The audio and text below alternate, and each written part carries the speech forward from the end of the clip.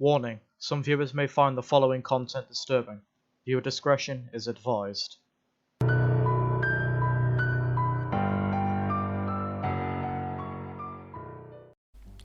It's been 2 weeks since I saw the news report and decided I needed to head back to Treasure Island so I can end all the madness for good. The suit had somehow survived the fire, but to my knowledge it's in more rough condition. At least the other suits won't pose a threat anymore. They aren't coming back after what I did to them. I sure hope the little girl that the monster took is alright, but I know what that thing is capable of, and I don't think it will be pulling any of its punches. I'd used all of my money to purchase a boat and some weapons. There is no way I'm going back there unprepared. I swear I will make that suit pay for the atrocities it has committed. I left my house and packed the things into the boat. Time to end this for real.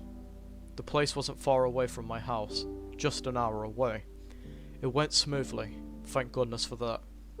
As I made it to the shore and unpacked the things, I caught a glimpse of what remains of Treasure's Island.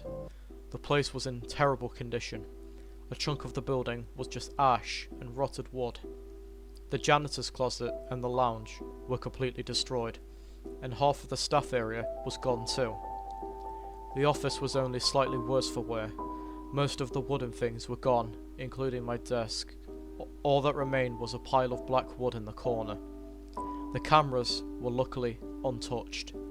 Luckily, Greg and Lisa had set up the cameras in the areas away from the flammable objects. The clock in the corner was cracked slightly and hanging askew on a nail that was barely planted into the wall. However, it still worked, and it hit 12 AM. The hunt was officially on. It was creepier now that the building was in shambles. The foul stench of burning wood was the only thing that filled my nostrils when I was scouring the area looking for that suit.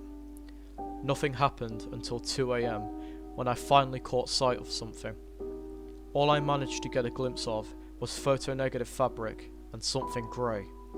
As I spotted the oddity, it vanished without a trace. I put the camera down and was face to face with something that made me throw up. It was photo-negative Mickey, but he wasn't himself. He was floating, and he was missing both of his legs.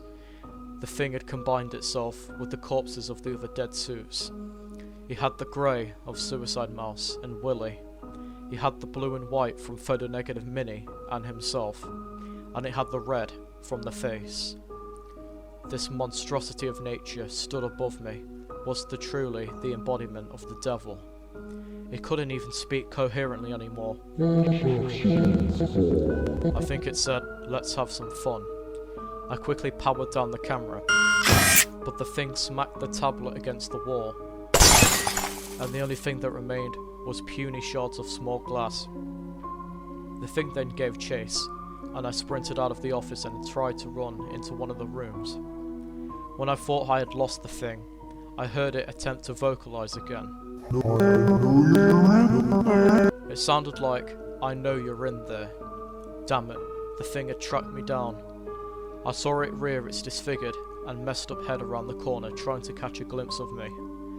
That's when I saw it lift all the objects in the room. The thing had some kind of telekinetic powers. Maybe that's what happens when a bunch of evil suits merge together into one being. Then he spotted me and flew towards me, tearing a gash into my arm. I kicked the thing off me and ran as quickly as I could in the opposite direction. The thing would not let up. It was persistent in ending me. I was just concerned I was going to run out of energy. I crossed into what remained of the staff area and was temporarily safe, but I knew that thing would soon come to stalk me. I had reached into my backpack and retrieved a shotgun that I had packed for the journey. It wasn't originally supposed to be a last resort, because I thought the suit wouldn't be this messed up, but yes, this was now a last resort. Life or death relied on it. It was already loaded, so I waited to catch my breath and patched up the gash in my arm the best I could. Then it was back on the move. I need to leave. I am not becoming a cadaver in this demented place. I snuck around the place trying to find a safe exit. however to no avail. Then I encountered that monster again. Its neck snapped out of place, and its face had twisted into a disgusting smile. Then it approached me. Not wasting any time, I shot 2 shells into that thing. However, it didn't deter the thing much, just knocked it away for the moment. Taking the opportunity, I sprinted past the suit as fast as my legs could carry me. As I left the room, I heard the thing shout in a more clearer voice. Then I was lifted off the ground, and my body spun around to face the creature head on.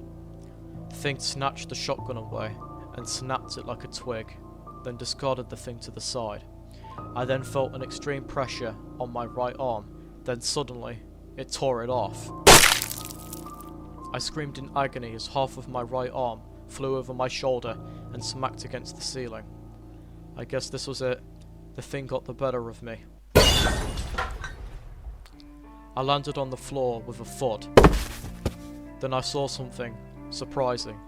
The ceiling chandelier had fallen when my arm hit the ceiling and trapped the thing by its arms. It couldn't move or levitate. This was the time to end it. I snatched up a plank of wood, gathering all of my strength, and smashed the thing on the forehead. As I made the contact, I heard it gargle and screech a series of unintelligible noises. And then the thing hit the floor for the final time. There was no way of it coming back. The thing's skull was caved in, and it lied in a pool of its own yellow blood. Just to be safe, I found some lighter fluid in one of the workers' lockers. I then doused the thing, emptying all of the contents, and as I was leaving, I lit a match and tossed it in, burning the thing until it was nothing but ash. I had to go. The building was going to collapse. I sprinted out of the building, and as the place crumbled into a pile of rubble, I noticed something different about the sign that hung over the entrance to the park. It had a corpse strung out, with its guts hanging like party banners. The body was heavily decomposed, so when I approached it, I vomited. I noticed the body was wearing a skirt. Then I realised it was the little girl from the news report. I didn't notice the sign because I came in through the back. The damn thing had cut the poor girl's life short. However, sad and grim this may be, I avenged the girl and finally condemned the monster to hell. It's been 2 months since then. I've never spoken out about this tale until now. I had to get it off my chest. I can't take it anymore, so this will serve as my goodbye. The incident shall remain forever, but I was abandoned by God.